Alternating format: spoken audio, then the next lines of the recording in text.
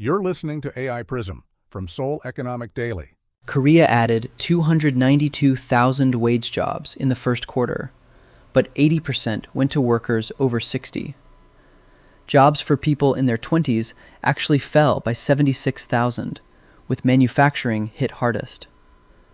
SK Telecom just opened a 15-week AI training program with Seoul National University for graduate students. And 680,000 young Koreans in their 20s and 30s spent this year simply not working or studying. That's the backdrop for anyone weighing their next move in Korea's job market. It's Tuesday, August 25th. Let's look at what this means for job seekers and graduates in Korea. Korea's National Data Agency tracks wage jobs quarterly, and this cycle showed overall growth driven almost entirely by older workers moving into healthcare and welfare roles. Youth employment has now fallen for 27 straight months, compared with the same month a year earlier, according to separate labor statistics. At the same time, corporate Korea is investing directly in AI talent pipelines through university partnerships, signaling where hiring demand may shift next. Here's what the numbers show. Korea added 292,000 wage jobs in the first quarter, up 1.4% year-on-year, with workers 60 and older accounting for 79.8% of that gain. Jobs held by people in their 20s and under fell by 76,000, led by a 26,000 job drop in manufacturing alone. The healthcare and welfare sector added 127,000 jobs, the single largest gain of any industry, while construction lost 52,000.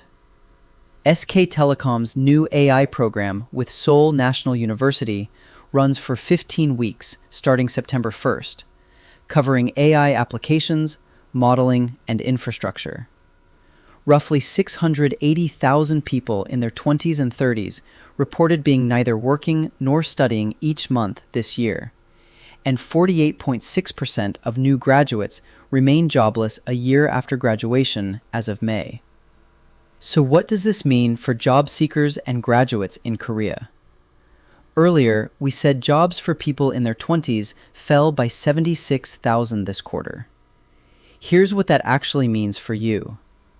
Manufacturing and public sector entry points are shrinking, while healthcare, food service, and AI-adjacent roles are where the growth actually is. Programs like SK Telecom's AI partnership with Seoul National University signal where large employers are building their next hiring pipeline, making AI-adjacent credentials increasingly relevant even outside engineering majors. If you've been out of the job market for a while, you're not alone, with 680,000 peers in the same position.